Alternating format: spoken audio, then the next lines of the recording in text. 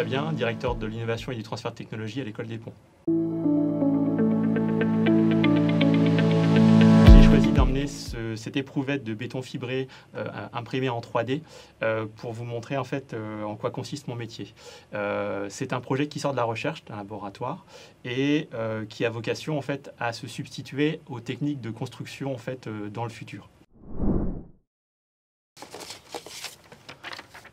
Donc, en quoi consiste mon métier?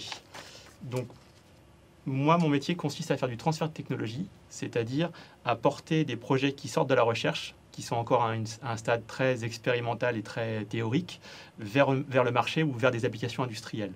Donc, typiquement, sur ce genre de produit, on dépose des brevets, on va chercher des industriels qui vont nous aider en fait à passer d'un stade de maturité suffisante du stade du laboratoire vers le stade du marché. Et on va essayer d'accompagner aussi le financement de la recherche technologique qui est autour de ce projet. Tout l'enjeu est de porter ce projet jusqu'à un stade commercial, c'est-à-dire qu'aujourd'hui, on est en capacité de produire ça au stade du laboratoire, mais à de très faibles quantités.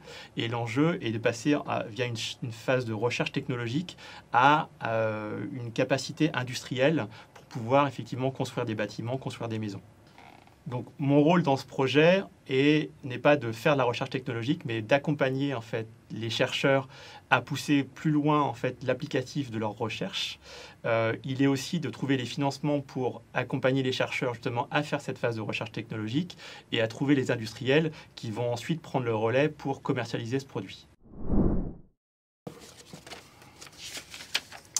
Avec qui je travaille au quotidien?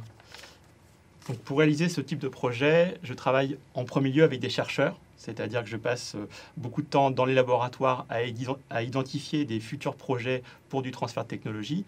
Et une fois que ces premiers projets sont identifiés, analysés, mon travail va consister en définir des plannings de projets pour passer d'une phase de prototype de laboratoire vers ce qu'on appelle un MVP, c'est-à-dire un produit minimum viable, pré-commercial.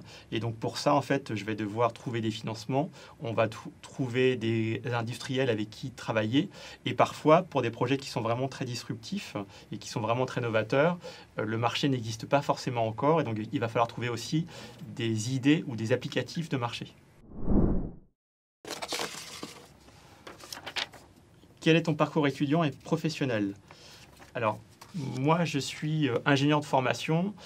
J'ai fait juste après une école de commerce parce que la partie technique m'intéressait énormément et continue à m'intéresser, mais j'avais envie en fait de découvrir aussi le monde de l'entreprise et de voir en fait à quoi servait la partie développement technique. Et mon parcours professionnel en fait en est une bonne illustration puisque j'ai travaillé une vingtaine d'années dans le monde de l'innovation avec des postes autour de l'innovation, des études de marché. J'ai aussi créé une entreprise en fait de technologie avant de rejoindre l'École des Ponts à ce poste. Quels sont les sujets qui me tiennent à cœur? Je dirais que dans le cadre de mon métier, c'est une véritable passion pour la technologie et pour ce qui sort des laboratoires. Je suis convaincu que le monde de la recherche ne produit pas que des connaissances, mais produit aussi des produits qui vont être utiles à la vie de demain et notamment à la transition écologique. Le mot de la fin. Je dirais que le mot de la fin, pour moi, c'est penser en dehors de la boîte. C'est-à-dire que sur des sujets comme ceux-ci, comme je le disais tout à l'heure, on peut être sur des produits ou des recherches très disruptives sur lesquelles on peut avoir des difficultés à identifier très rapidement un applicatif ou un futur marché en fait, sur lequel commercialiser ce type de produit. Et l'idée, l'enjeu, c'est effectivement d'ouvrir et de penser en dehors de ce qu'il est commun de penser pour identifier des nouvelles applications.